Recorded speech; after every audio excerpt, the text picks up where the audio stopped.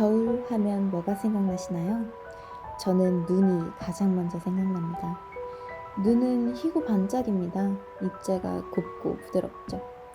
눈이 세상을 전부 덮으면 그 모습이 그렇게 아름다워 보일 수가 없어요.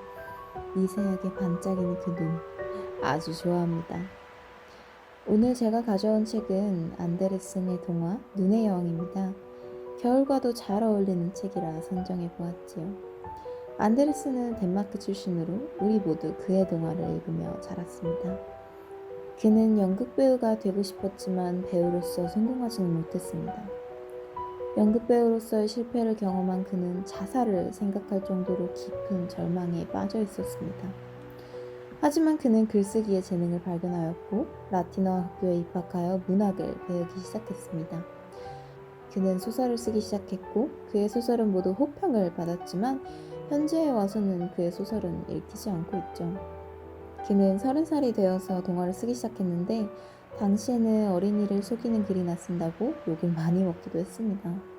하지만 그의 작품 미운 오리 새끼가 대성공을 하면서 남녀노소 모두 그의 동화에 빠져들었습니다. 안데르센은 무척이나 많은 동화를 썼죠. 그의 동화는 유치하지 않았고 어른이 읽어도 가슴속 깊은 여운을 느낄 수 있었지요. 안데르센은 자신의 작품에 어린 시절 겪은 불우한 추억들과 주변 환경을 많이 투영하였기에 어린이들이 읽기엔 아무런 동화가 많았다고 합니다. 미운 오리 새끼, 눈의 여왕, 빨간 구두, 인어공주, 성냥팔이 소녀, 벌거숭이 임금님, 엄지공주 등 안데르센은 우리에게 수많은 동화를 남겼습니다. 오늘 함께 읽어볼 동화 눈의 여왕은 안데르센의 개인사를 담고 있다고 여겨지는 동화인데요. 그가 어릴 적 아버지가 나폴레옹 전쟁에서 돌아와 신경쇠약으로 돌아가시자 그의 어머니는 눈의 요정이 아버지를 데려갔다고 하였습니다. 그는 그의 어린 시절을 떠올리며 이 동화를 적은 것이죠. 자, 그럼 이제 게르다와 함께 모험을 떠나볼까요?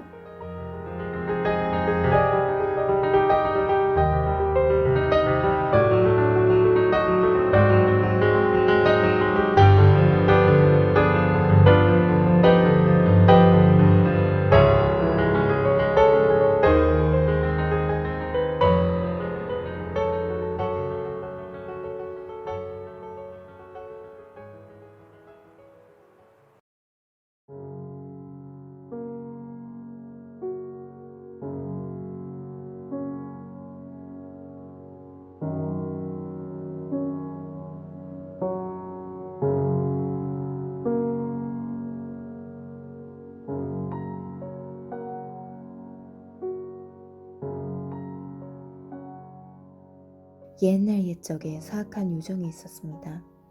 그는 어느 날 마법의 거울을 만드는 데 성공하여 아주 기분이 좋았습니다.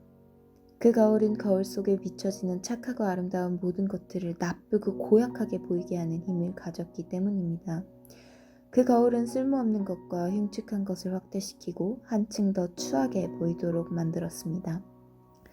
이 마법의 거울 속에서는 가장 아름다운 경치가 삶아놓은 시금치처럼 보였고 아무리 멋있고 착한 사람들도 무서운 괴물처럼 보였습니다. 악마는 거울을 보며 정말로 재미있다며 즐거워했습니다.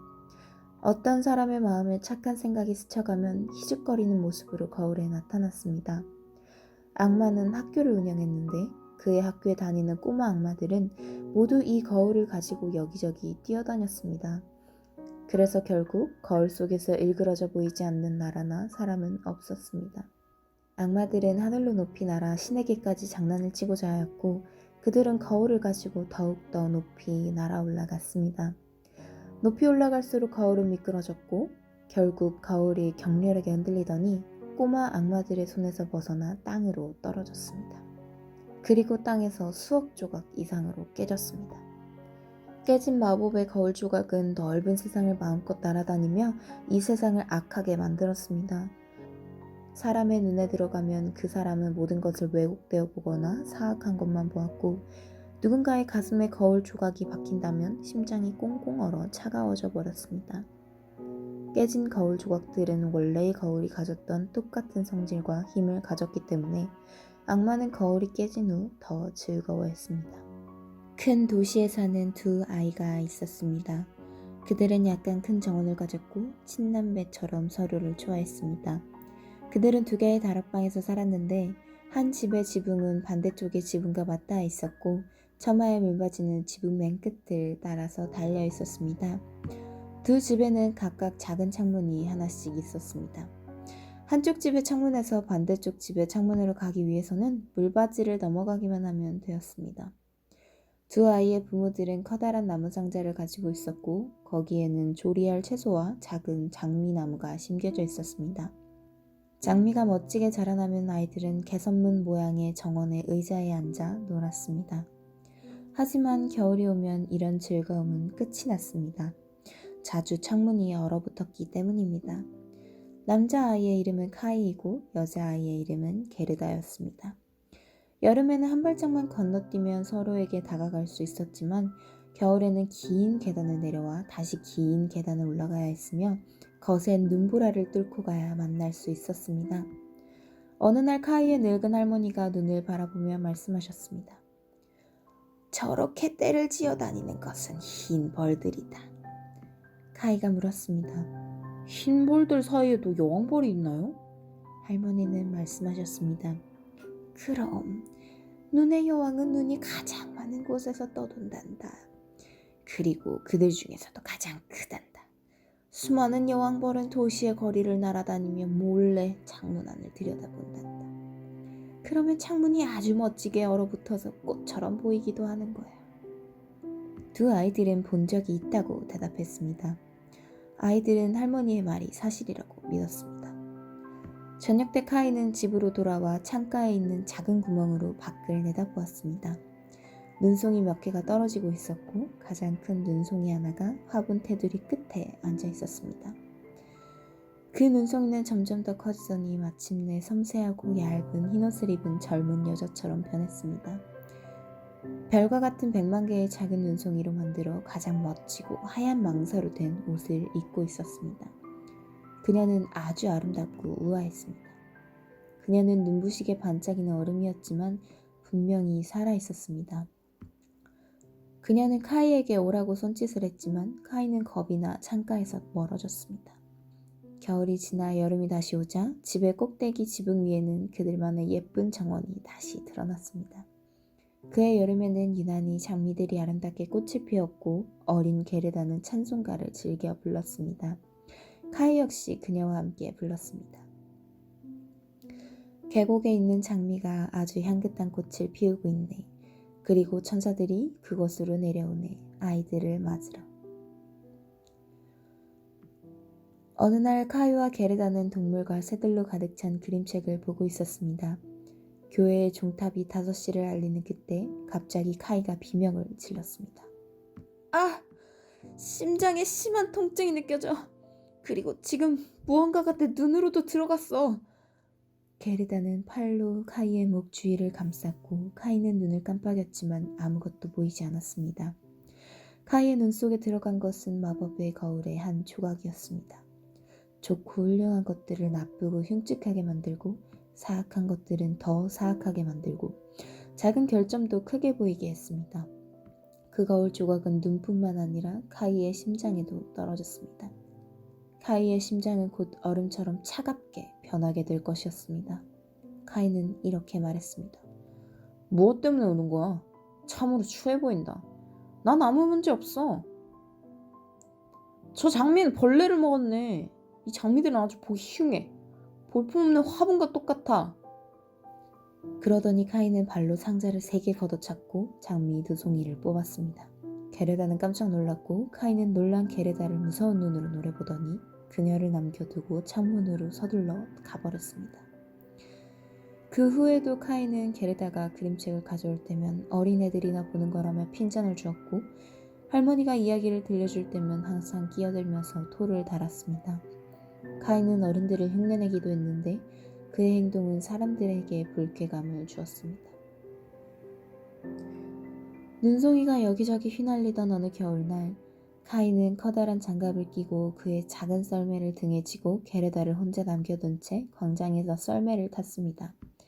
한참 즐기고 있을 때 아주 하얗고 커다란 썰매 하나가 지나갔습니다.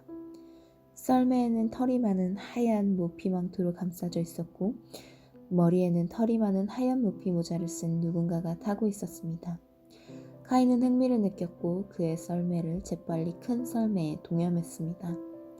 카이가 탄 썰매는 계속해서 속도를 냈습니다. 썰매를 몰던 사람은 카이를 보고 다정하게 고개를 끄덕였고 카이는 썰매를 풀려고 하였지만 그녀의 다정함에 조용히 앉아있을 수밖에 없었습니다. 결국 그들은 도시를 벗어났습니다. 눈이 펑펑 내렸고 카이는 한 치 앞도 볼 수 없었지만 썰매는 여전히 달렸습니다. 눈보라가 휘몰아쳐서 카이의 목소리는 들리지 않았습니다. 눈송이는 점점 더 커져 마침내 커다랗고 하얀 닭처럼 보였습니다. 갑자기 닭들이 길 위로 솟구치더니 큰 썰매가 멈췄고 썰매를 몰던 여자는 자리에서 일어났습니다. 그녀의 망토와 모자는 눈으로 되어 있었습니다. 그녀는 키가 크고 늘씬했으며 눈부시게 빛이 났습니다. 바로 눈의 여왕이었습니다. 여왕은 카이를 끌어안고 모피로 감쌌습니다. 그리고 카이의 이마에 입맞춤을 했습니다. 그녀의 입맞춤은 얼음보다 더 차가웠고 카이의 심장까지 스며들어갔습니다. 카이는 곧 죽을 것 같았지만 잠시 뒤 마음이 편해지며 추위를 느끼지 못했습니다. 눈의 여왕이 카이에게 한 번 더 입맞춤을 하자 카이는 게르다, 할머니 그리고 그가 고향에 두고 떠나온 모든 이들을 잊었습니다.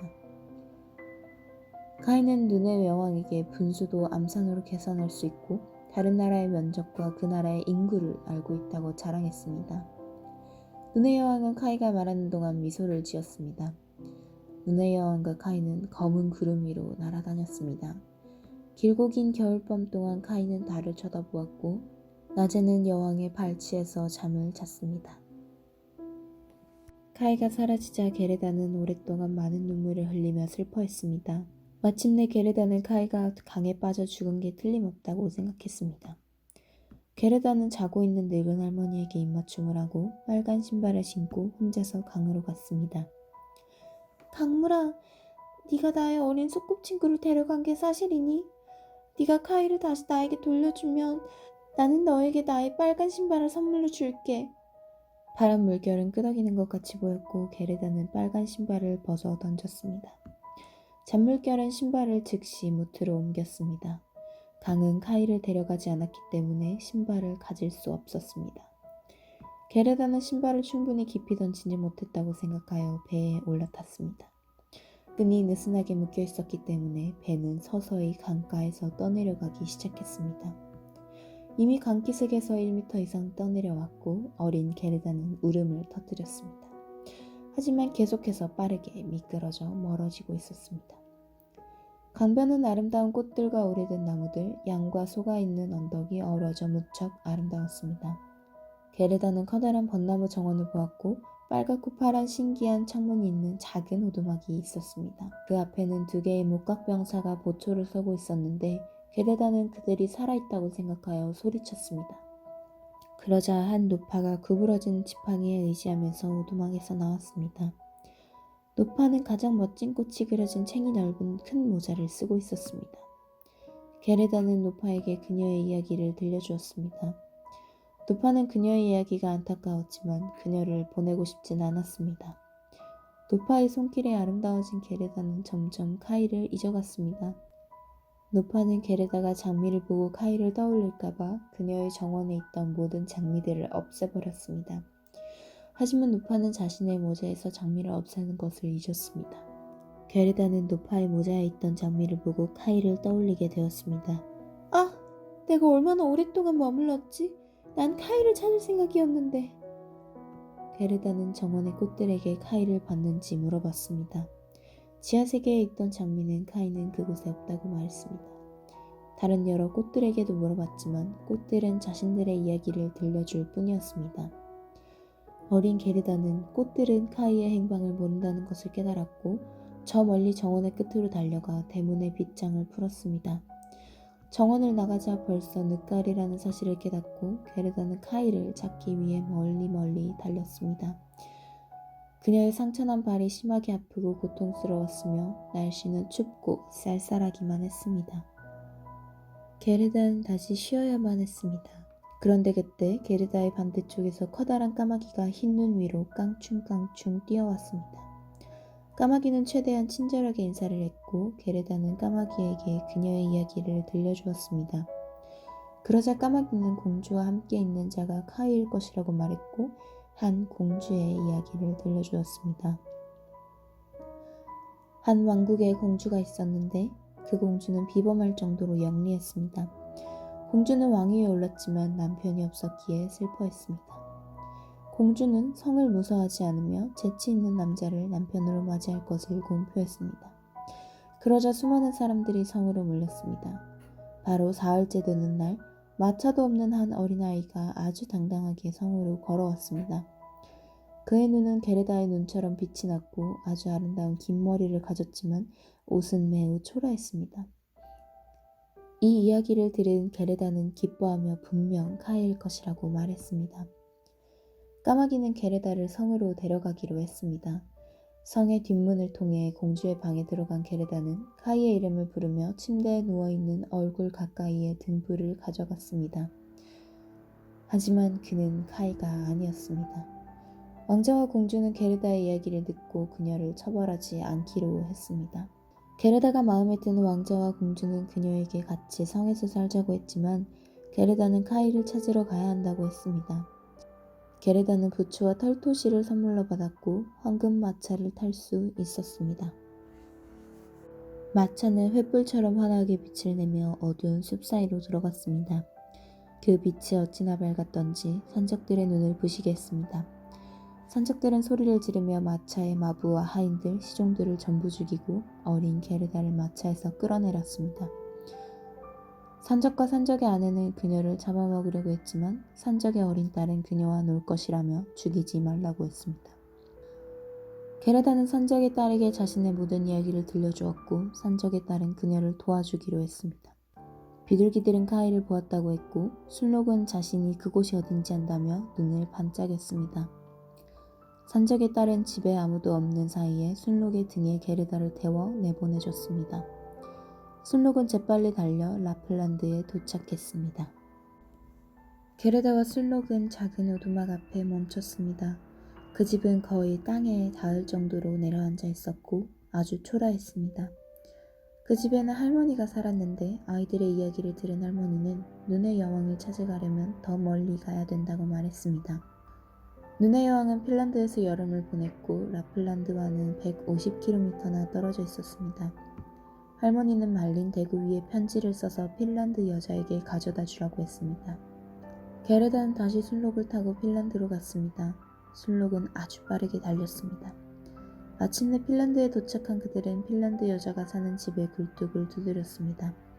그 집에는 문이 없었기 때문입니다. 집 안은 매우 더워서 핀란드 여인은 거의 다 벗고 돌아다녔습니다. 그녀는 즉시 게르다의 옷을 벗겼고 순록의 이마에는 얼음을 올려주었습니다. 핀란드 여자는 말린 대구에 쓴 편지를 읽더니 말린 대구를 스프 냄비에 던져 넣었습니다. 순록은 자신의 이야기를 했고 곧이어 게르다의 이야기도 했습니다. 핀란드 여자는 알았습니다. 게르다가 가진 힘보다 더 큰 힘을 줄 수 없다는 것을 말입니다. 여자는 카이의 눈과 심장에 박힌 거울 조각을 빼내야 다시 예전의 인간으로 돌아올 수 있다고 말해주며 게르다의 힘은 마음속에 있다고 말해주었습니다. 착하고 순수한 마음보다 더 큰 힘은 없다고도 말했습니다. 핀란드 여자는 어린 게르다를 순록 등에 태워줬고 순록은 엄청난 속도로 내달렸습니다. 어린 게르다는 장화도 장갑도 없이 추위에 맞서 싸워야 했습니다. 순록은 그녀를 내려주고 손살같이 떠나버려 그녀는 핀란드 한복판에 혼자 서 있었습니다. 게르다는 있는 힘을 다해 계속 뛰었습니다. 그때 엄청나게 많은 눈송이가 게르다를 향해 몰려왔습니다. 하늘은 맑았고 오로라도 반짝반짝 빛나고 있었지만 눈송이들은 땅 위를 달렸고 가까이 다가갈수록 점점 더 커졌습니다. 눈송이들은 사실 눈의 여왕을 지키는 군인이었습니다. 어린 게르다는 기도를 올렸습니다. 얼마나 추웠는지 게르다의 입김은 눈앞에서 얼어 연기 기둥으로 변했습니다. 숨을 내쉴수록 연기는 점점 더 짙어지더니 땅에 닿으면서 작은 천사로 변했습니다. 머리에는 투구를 썼고 손에는 창과 방패를 들고 있었습니다. 천사들의 수가 점점 더 늘어나서 게르다가 기도를 끝냈을 때에는 한 부대가 되어 게르다를 에워쌌습니다. 천사들이 눈송이 군단을 향해 창을 휘두르자 눈송이들은 산산이 부서져 흩어졌습니다. 천사들은 게르다의 손과 발을 가볍게 문질러 주었습니다. 추움을 덜 느끼게 된 게르다는 계속해서 눈의 여왕의 성을 향해 힘차게 나아갔습니다. 성의 벽은 휘몰아치는 눈으로 덮여 있었고 창과 문은 칼날 같은 찬바람이 뚫어놓았습니다. 성 안에 있는 100개가 넘는 홀도 눈보라가 만든 것이었습니다. 모든 홀은 강력한 오로라에 의해서 밝게 빛났고 얼음처럼 차갑고 눈부시게 반짝였습니다. 그곳에는 어떤 즐거움도 없었습니다. 큰 홀 한가운데에 얼어붙은 호수가 있었는데 이 호수는 수천 개의 조각으로 갈라져 있었습니다. 눈의 여왕은 성에 머무를 때면 호수 한가운데에 앉아 있었습니다. 그리고 호수를 세상에서 단 하나뿐인 가장 훌륭한 이성의 거울이라고 불렀습니다. 어린 카이는 추위로 몸이 시퍼렇다 못해 거의 시커멓게 변해 있었습니다. 눈의 여왕이 입을 맞춰 추위를 느끼지 못하도록 했고 심장은 얼음덩이가 되어버렸기 때문에 카이는 자신이 추운지도 몰랐습니다. 카이는 호수의 조각들로 다양한 낱말을 만들 수 있었지만 그가 가장 원했던 단어는 만들 수가 없었습니다. 그 단어는 바로 영원이라는 단어입니다. 그의 눈과 심장에 박힌 거울 조각 때문에 그 단어는 결코 만들 수 없었습니다. 어린 게르다는 성 안으로 들어갔고 사나운 바람이 게르다에게 불었습니다. 하지만 게르다가 기도를 드리자 잠이라도 든 것처럼 바람이 잠잠해졌습니다. 게르다는 넓고 텅 비어있는 추운 홀로 들어갔고 그곳에 누워있는 카이를 발견했습니다. 카이야! 사랑하는 카이야! 드디어 내가 널 찾았구나! 하지만 카이는 얼어붙은 몸으로 얼빠진 채 꼼짝도 않고 앉아 있었습니다. 게르다는 뜨거운 눈물을 흘렸습니다. 그 뜨거운 눈물은 카이의 가슴에 떨어져 심장으로 스며들더니 얼음 덩어리를 녹이고 거울 조각을 씻어냈습니다. 카이는 게르다를 쳐다보았습니다. 게르다는 찬송가를 불렀습니다. 장미꽃 만발한 골짜기 아래 우리 아기 예수 함께 하시네. 카이는 찬송가를 듣고 울었습니다. 카이가 울자 그의 눈에 있던 거울 조각이 눈물을 타고 굴러나왔습니다. 카이와 게르다는 기뻐서 웃고 울었습니다. 얼음 조각들은 그들의 모습에 기뻐 춤을 췄고 땅 위에 녹아내리며 어떤 낱말을 만들었습니다. 카이가 그토록 만들고 싶었던 그 단어 말입니다. 게르다는 카이의 볼에, 눈에, 손과 발에 입을 맞추었고 카이는 다시 생기 넘치는 소년이 되었습니다. 카이와 게르다는 손을 잡고 커다란 홀 밖으로 걸어 나갔습니다. 아까 순록이 내려줬던 곳으로 가자 순록은 그곳에서 기다리고 있었습니다. 순록은 카이와 게르다를 태워주었고 핀란드 여자와 라플란드 할머니를 만났습니다. 순록은 초록잎이 돋기 시작하는 국경까지 함께 가주었고 그들은 작별 인사를 했습니다. 게르다는 거기에서 빨간색 모자를 쓰고 총 2자루로 무장한 젊은 아가씨가 말을 타고 나오는 모습을 보았습니다. 집에 있던 게 실증난 산적의 딸이었습니다. 게르다와 그녀는 반갑게 인사를 했습니다. 산적에게 왕자와 공주의 안부를 물었고 까마귀의 안부도 물었습니다. 왕자와 공주는 외국으로 여행을 떠났으며 까마귀는 죽어버렸다고 말했습니다. 게르다는 그동안 무슨 일이 있었는지 전부 말해주었고 산적의 딸은 정말 기적같은 일이라고 말했습니다. 카이와 게르다는 그들이 살았던 큰 도시에 도착했습니다. 그들은 거실 계단을 뛰어올라 서둘러 할머니의 방으로 갔습니다. 모든 것은 예전과 같은 자리에 있었습니다. 하지만 문을 열고 들어서는 순간 자신들이 이제는 다 자라나 어른이 되었다는 걸 깨달았습니다. 열린 창문으로 활짝 핀 장미가 눈에 들어왔습니다. 그곳에는 자신들이 앉던 의자가 그대로 놓여 있었습니다. 그리고 카이와 게르다는 서로의 손을 잡고서 의자 위에 앉았습니다. 차갑고 황량했던 눈의 여왕과 화려한 성에 대한 기억이 모두 사라졌습니다. 그저 고통스런 꿈에 지나지 않았습니다. 할머니는 밝은 햇살 아래 앉아 큰 소리로 성경 구절을 읽고 있었습니다. 너희가 어린아이와 같지 않으면 결국 천국에 들어갈 수 없을지니라. 카이와 게르다는 서로의 눈을 들여다보았습니다. 그리고 갑자기 오래된 옛 찬송가를 이해하게 되었습니다. 장미꽃 만발한 골짜기 아래 우리 아기 예수 함께 하시네. 자리에 앉은 카이와 게르다는 어른이 되었지만 적어도 마음만은 여전히 아이들이었습니다. 바야흐로 눈부시고 화창한 여름이었습니다.